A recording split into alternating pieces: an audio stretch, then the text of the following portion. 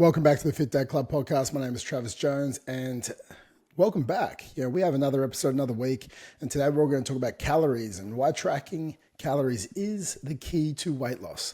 I'm going to break down why people fail. I'm going to break down some hacks and tricks to get it done and why we actually track calories today. It's a solo episode today.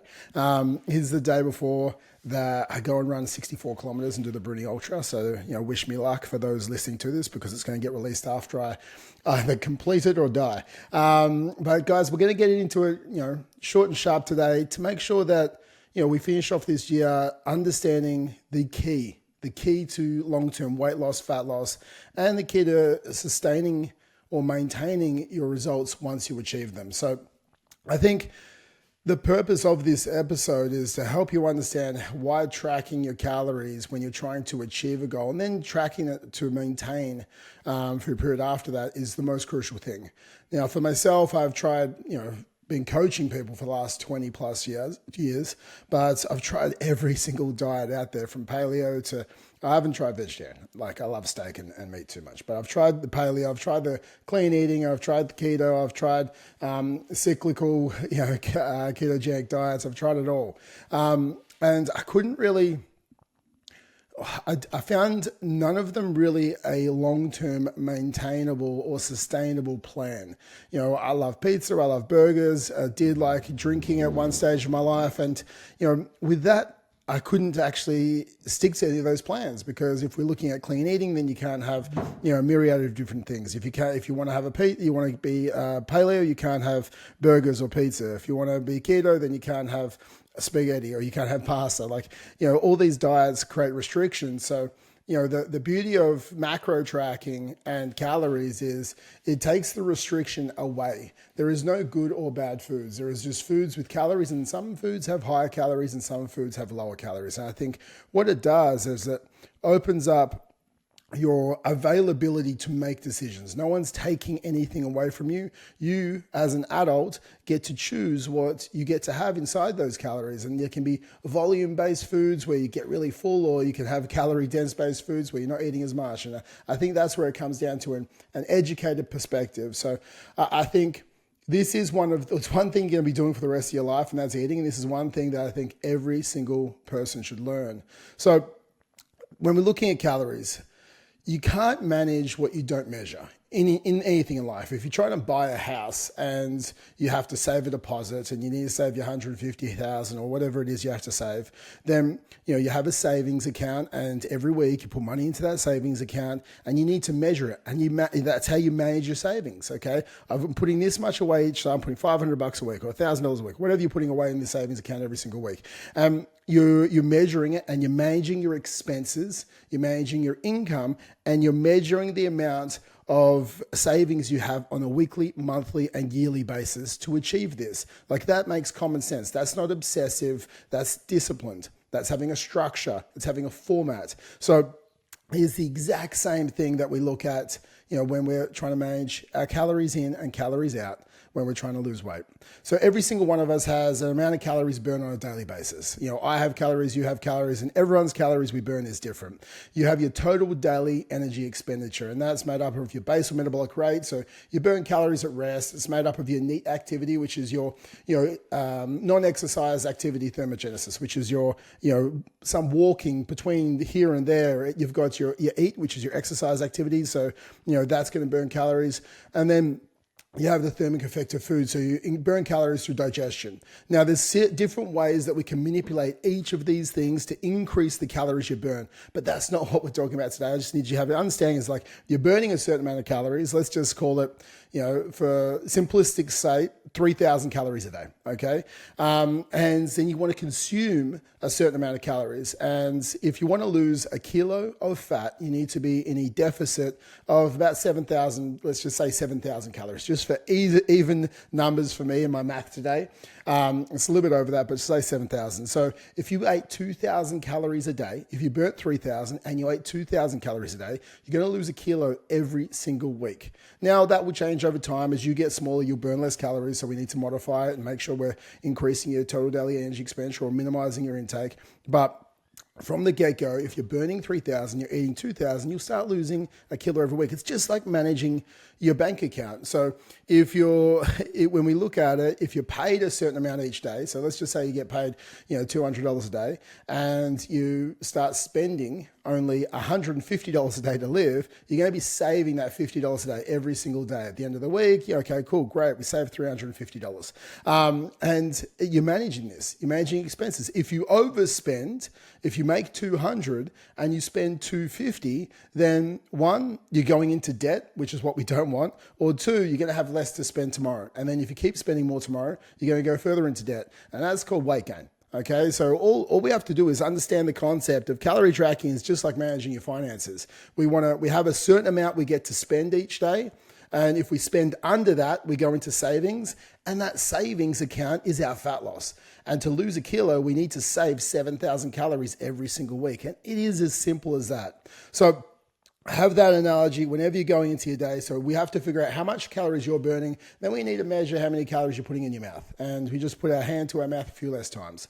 So tracking works because it brings like awareness to your eating habits. You can make decisions and you get to be in ownership of what happens. So you go, okay, I understand that, these 3 eggs, this omelet that I'm having for breakfast is 300 calories and it keeps me fuller for a little bit longer.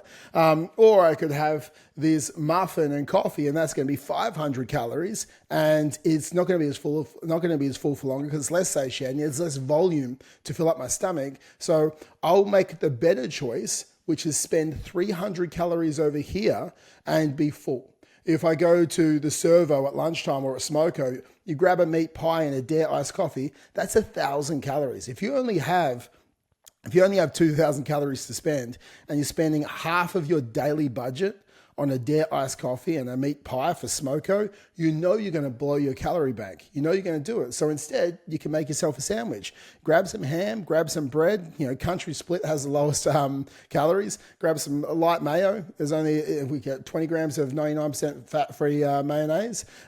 Put some light cheese on there, put some ham in there, and all of a sudden you've created a sandwich, or you create 2 sandwiches, and 2 sandwiches will be about 450 calories. Okay? So we have 2 sandwiches, which will fill you up, and it'll be half the calories than a meat pie and a Dare iced coffee. So all of a sudden we've spent 500 calories here. We know we've spent 800 calories, and we've had breakfast, we've had our lunch, or we've had Smoko. We know that we've got calories in the bank. We really don't want to be spending too many calories on liquid calories because it's just, they're not going to keep you fuller at all. And that's the biggest thing. We want to stay satiated. We don't want to be as least hungry as possible in the dieting process. So when we look at this, then we go, okay, what's for lunch? Or what are we having for afternoon tea? Well, you could have just a couple of like those YoPro yogurts. They're about 150 calories. You got 20 grams of protein in them, and they're good to go. Have that and a piece of fruit, and you got 250 calories spent. Now, you've only spent throughout the day so far just over 1,000 calories, and you're coming into dinner, and you can spend some money on dinner because you've saved your calories up. You've saved your money for dinner. So with this, you can have, a great big piece of steak. You can have a couple of potatoes and you have some veg. And it'll probably come out to about 750 calories. If you want to have a beer with that, you're going to add 150 calories on top. You might have some sauces in there, which is going to be another 100 calories. But I think the biggest thing is planning ahead of time and going, I still get to eat the foods I want, but I need to create awareness about my current habits and where am I overspending on calories where it's not worth it. Am I spending calories on frivolous things which aren't going to keep me full, aren't going to help me towards my goals? So look out for where your spending habits are with your calories. Look out for the hidden calorie traps, which are oils, which are not fat-free or not low-fat sources. We want to look at the types of breads we're eating or the types of wraps we're eating, because essentially when we look at breads, they're just like vehicles for calories inside them. So we want to make sure, how are we doing this and what are we putting in it? I think that's a crucial thing. And also the other trap is making sure we're looking at the steaks or the meats we are buying, going towards the leaner side of things. Every gram of fat is 9 calories. So if we're putting high amounts of fat in our meat, or we're having fatty cuts of meat, we can easily blow our calories for less volume of food. So go towards the leaner cuts, the chicken breasts or the eye fillets. We want, lean pork. So pork loin sirloins, white fish if we can, tuna, egg whites. So we can go towards leaner approaches when we're in a calorie deficit because we can have more volume of the food. So understand this is what we look at. And it gives you the ability to make smarter decisions. And just like you are when you're budgeting, you look at, can I buy this right now? Or is it a frivolous purchase? Well, let's put this off when I'm going into a calorie surplus and focusing on muscle gain. That's when I'll purchase that, or that's when I'll eat that. It's the same as what you're budgeting with your finances. And then a lot of guys will say to me, though, it is hard and it is time consuming. And it's just, you have to understand, just like any skill that you're trying to pick up and you're trying to learn, it is a little bit hard at the start because it's a brand new skill. It will take a little bit of time. You might have to invest 15 minutes a day, 20 minutes a day for the first couple of weeks. And then you're going to get it down pat. You understand, okay, well, I don't have to weigh everything. If I buy a packaged meat and there's 500 grams of meat in there and I eat half the packet, I ate 250 grams. So you don't have to weigh it. If you're getting a tub of something, it tells you that half this tub is 125 grams. You don't have to weigh it. You can see what an apple is. You can see what a half a cup of blueberries is. Like when we look at this, we don't have to weigh everything. We just have to make sure that we're measuring the fats that we're using. We've got to really make sure that we're measuring the carbohydrates because they'll blow out quite easily, and in any type of sauces or milks or things like that. But if you can, and you're using or if you do use package-based meats, you can easily see it without tracking. And if you are using other canned or package-based things, you can easily look at it or probably scan the barcode on it with the tracking app that you're using. So it does actually, if you start to get around the hacks, it makes it a lot easier and a lot simpler to do. I think also it's much easier when you are using a tracking app rather than trying to download pen and paper. There's so many out there from MyFitnessPal, Chronometer. We use our own one with our clients. So when we look at it, once you get used to it, it takes like 5 minutes a day. And I tell my guys, they're like, oh, I don't have time. I don't want to sit down on the couch and track my food that I had today, while I'm sitting with my partner. It's like, well, man, just do it while you're on the toilet. Okay, you're on the toilet, going to be for like 15 minutes a day. Use 5 of those minutes. Once you get used to it, it takes about 5 minutes a day. Do it when you're on the toilet. And I think it's just making sure that you are you're trying to, don't tell me you don't take your phone to the toilet. I know you do. It's trying to multitask in a way. Instead of scrolling your food, just start scrolling Instagram or anything like that. Just start tracking your food while you're there, and it's much easier. So some people will say, I don't know what to eat. And I think a big thing is it's picking, and it can be overwhelming if you're constantly trying to choose what to eat when you're tracking. I think what you have to understand is you've got to go what's 3 different breakfasts that I can do that I understand the calories and I can replicate, especially at the start. So it might be a protein-based oats with yogurts and berries, and that's going to be like 400 calories, or maybe it's like an overnight oats, or maybe there's a breakfast muffin that's just 350 calories. There's a muffin, there's 2 eggs in there, and there's a rasher of bacon. It's going to be about 350, 400 calories. Okay, cool. And the third one could be an omelet with a piece of toast. And it's like, that's my 3 breakfasts. I'm sticking to those 3 breakfasts. And then you have your lunches. You might have, a lasagna meal prep, or you might have a fried rice meal prep, and you know what the calories are in this. This is in my rotation of foods I'm going to do. And maybe you have a wrap or a sandwich. I know what's in this. So it's easy to track and it's simple because that's inside your budget. Those are the things you can spend on.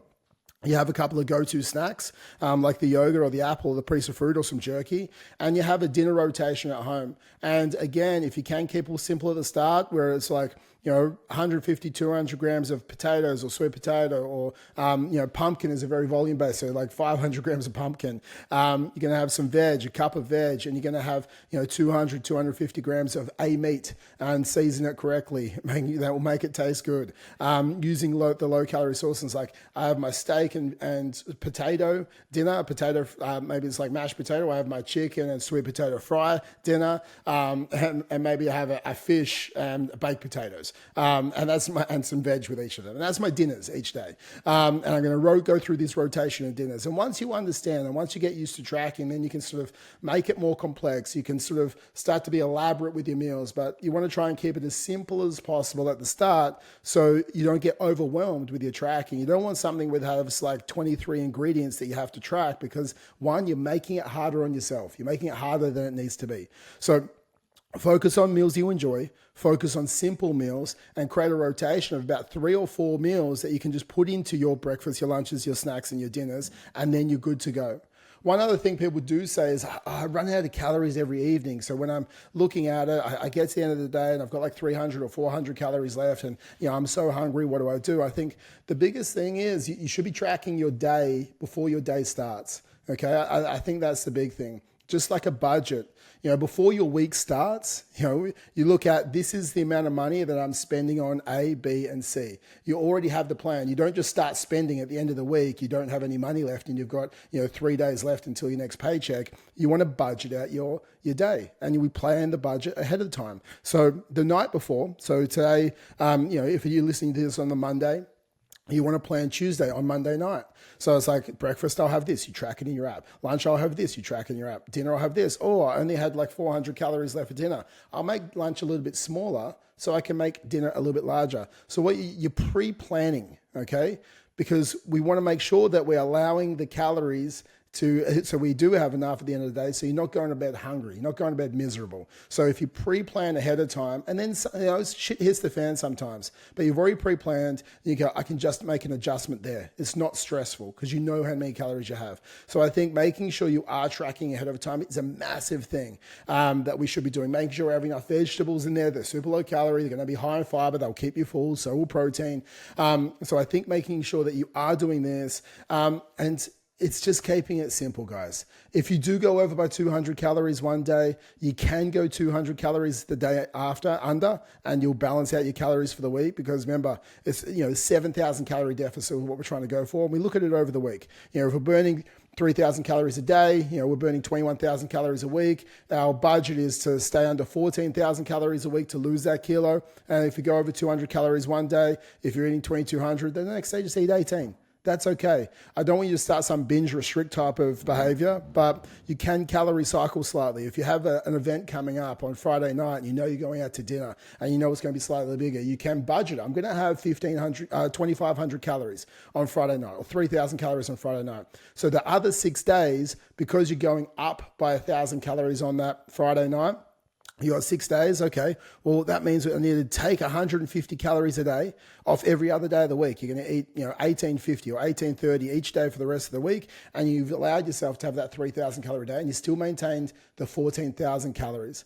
I think it's just understanding that there is no good foods, there is no bad foods when we are tracking calories. There is just foods that fit inside your budget or not. And as you continue to increase your skill of tracking, you'll start to lean towards the foods that are easier to fit inside your budget so you can stay fuller and you can hit your calories long term. I think this is just, like I said, today I want you to understand calorie tracking, understand the premise of calorie tracking, understand the tips and the tricks of the calorie tracking. And just bring awareness of when we do start tracking calories, like, wow, okay, I need to eat a little bit less of this type of food because that was clearly making me gain weight because I was packing it in on a daily basis. I was eating pork belly and didn't realize I was having 1,000 calories for every single lunch or whatever it is. You'll find things out and you start to then can move to intuitive eating once you've cracked calories for a period of time and you've achieved your goal. So start simple, start consistent. If you blow it one day, get back to it the next day, calorie cycle if you need to, guys. And that today is the Fit Dad Club podcast. My name's Travis Jones. If you want to leave a comment below. If you want a podcast or anything, let us know as well. You can rate, you can review, you can share this with anyone you want who does need to understand why calorie tracking works. And it's all about just managing what we get to measure, just like we do anything else in life. So guys, leave us a review, share it with a friend, and I'll be back next week to talk to you more about how to achieve your best life with the Fit Dad podcast.